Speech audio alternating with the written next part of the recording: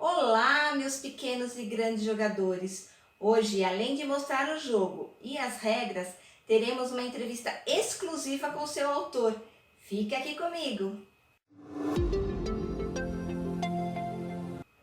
Vem cá jogar! Eu sou a K e o nosso jogo de hoje é o 100 da Zen. Mas antes, vamos falar um pouquinho com o seu autor, o Eduardo Caetano.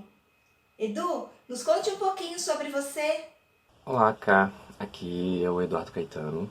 Eu sou arquiteto urbanista e sou o autor do jogo Senda Zen.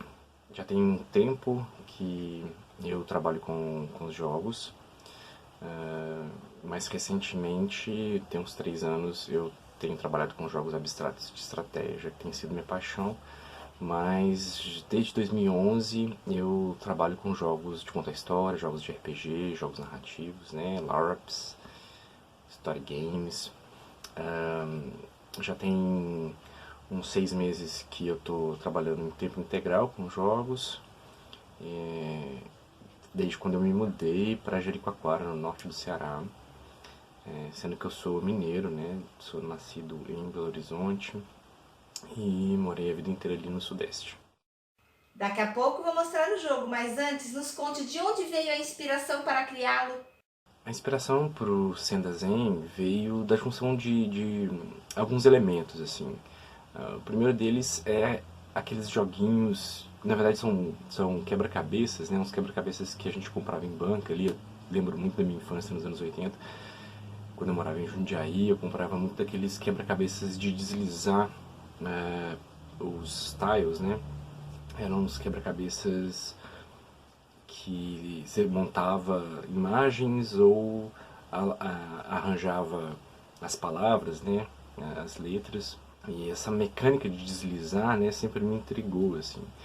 E por causa da minha profissão de arquiteto, trabalhar ali com material de construção, o tempo todo eu tinha como componente para fazer jogos e testar jogos, eu tinha uns ladrilhozinhos desses de banheiro que no meu primeiro protótipo eu utilizei, ficou muito, eu achei muito bonito, assim, né, deslizar os tiles, porque com a ideia ali de construir esses caminhos, né?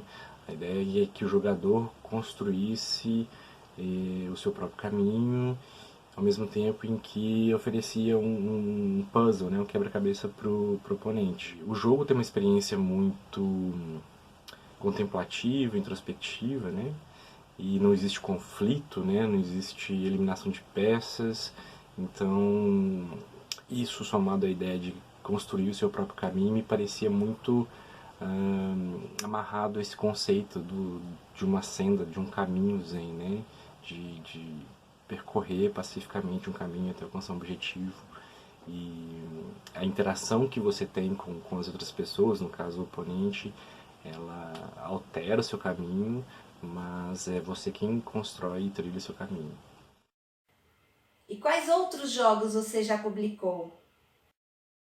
Dentro dessa área dos jogos abstratos de estratégia, eu tenho um outro jogo publicado pela Ludens que se chama Saco de Ossos. Ele é um jogo bem simples, assim, inspirado no jogo da velha, um jogo de construir padrão, mas ele tem um twist legal ali que é de realocar as peças e construir o tabuleiro. Assim como o Senda também tem um pouco essa coisa da perversão do tabuleiro, né? De desconstruir a ideia do tabuleiro. As casas do tabuleiro são móveis, modulares, e você mexe ali no tabuleiro construindo suas próprias estratégias. Mas eu tenho outros jogos publicados que não são abstratos. Eu tenho o Violentina, que foi o primeiro jogo de tabuleiro, de videogame, publicado no Brasil através de financiamento coletivo em 2011. Um jogo inspirado na narrativa cinematográfica do Tarantino, que é bem interessante. E tem alguns jogos publicados no meu site, que foram jogos que eu participei de concursos e tive uma laureação nesses jogos, assim. Esse parece bem bacana também. Meu pequeno e grande jogador, se você quiser que eu faça a resenha desse jogo, deixe aqui nos comentários. Edu, e para o futuro, quais novidades podemos esperar? Atualmente existem 4 jogos para serem lançados agora, em 2020. Tem 2 jogos bem legais com a Ludens Spirit, que deve sair no Diversão Offline em maio. E a Mitra também está com 2 jogos para serem publicados nesse mesmo evento. Mais pra frente a gente fala um pouco mais deles. Mas eu tenho aí umas 3 dezenas de protótipos de jogos abstratos que estão bem interessantes e eu quero tentar começar a publicar eles de forma independente.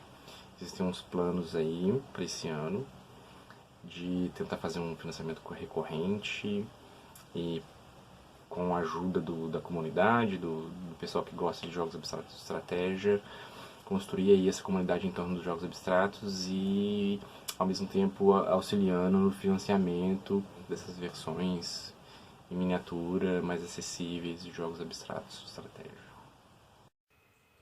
Muito obrigada, Edu. Te desejo muito sucesso e estou ansiosa para conhecer os novos jogos. E agora, mostrando como se joga.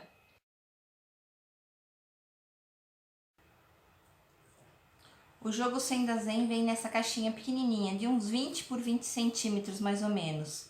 E como é pequena, é bem fácil de transportar. Temos 2 miniaturas de sábios e 34 pedras de caminho, 17 de cada cor. E que foram inspiradas nas pastilhas que o Edu comentou na entrevista. A própria caixa é utilizada como suporte para o tabuleiro, que são as pedras que podem ser movimentadas a cada jogada. Para iniciar o jogo, as peças são distribuídas em fileiras, de cores alternadas, e o sábio de cada jogador fica na quina oposta pela diagonal, encabeçando a fileira das pedras de sua cor. Ganha o primeiro jogador que caminhar pelas pedras e chegar no ponto de partida do seu adversário. Na sua vez, o jogador deve escolher apenas uma ação: andar com seu sábio ou moldar seu caminho. O sábio anda apenas sobre as pedras da sua cor, e seu caminhar é sempre ortogonal, movimentando-se apenas uma casa adjacente na horizontal ou na vertical. Neste exemplo, este sábio poderia apenas ir para esta pedra ou esta. Ele não pode vir para cá porque é uma pedra do seu adversário e também não pode ocupar o espaço vazio. O jogador pode movimentar de uma a todas as pedras de uma coluna ou então de uma linha. Mas ele não pode movimentar uma pedra que esteja com o sábio.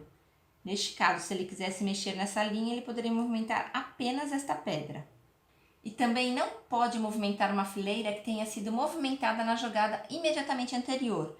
Por exemplo, o preto movimentou esta fileira, o branco, na sua vez, não pode movimentar nenhuma dessas pedras desta fileira. O máximo que ele pode fazer é cobrir o espaço, movimentando uma pedra desta outra fileira. O bacana desse jogo é que as pedras deslizam dentro da caixa. Além de ficar bonito, é bem gostoso de ficar empurrando as pedrinhas.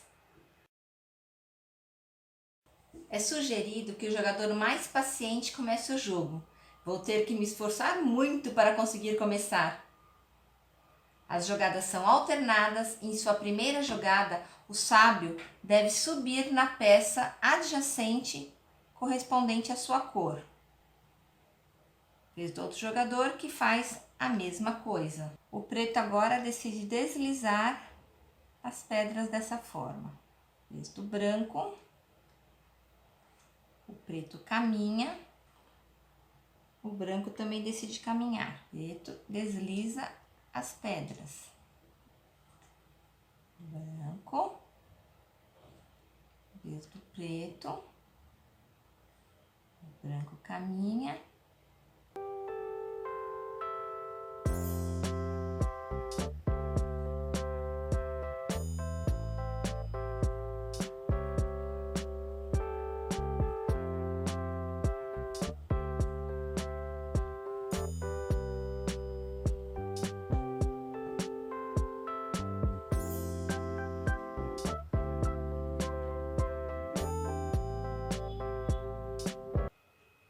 tenham gostado do jogo e da entrevista. Nos vemos na próxima e não se esqueçam do mais importante. Divirtam-se e obrigada por assistir!